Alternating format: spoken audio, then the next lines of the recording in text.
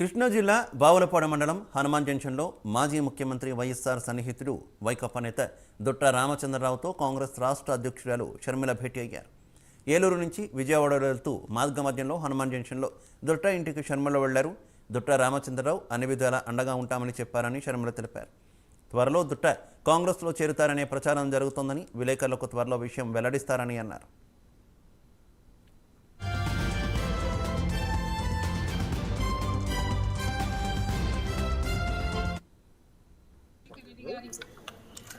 ఎంతో ఆప్తుడు మిత్రుడు రాజశేఖర రెడ్డి గారి కుటుంబంలా భావించిన దుత్త రామచంద్రరావు గారి ఇంటికి రావడం జరిగింది. ఆయన ఆశీస్సులు తీసుకోవడం జరిగింది.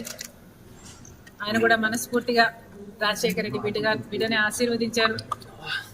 అమ్మ మీకు అండగా నిలబడతాం, మా సపోర్ట్ మీకు ఎప్పుడు ఉంటుంది అని ధైర్యం చెప్పారు.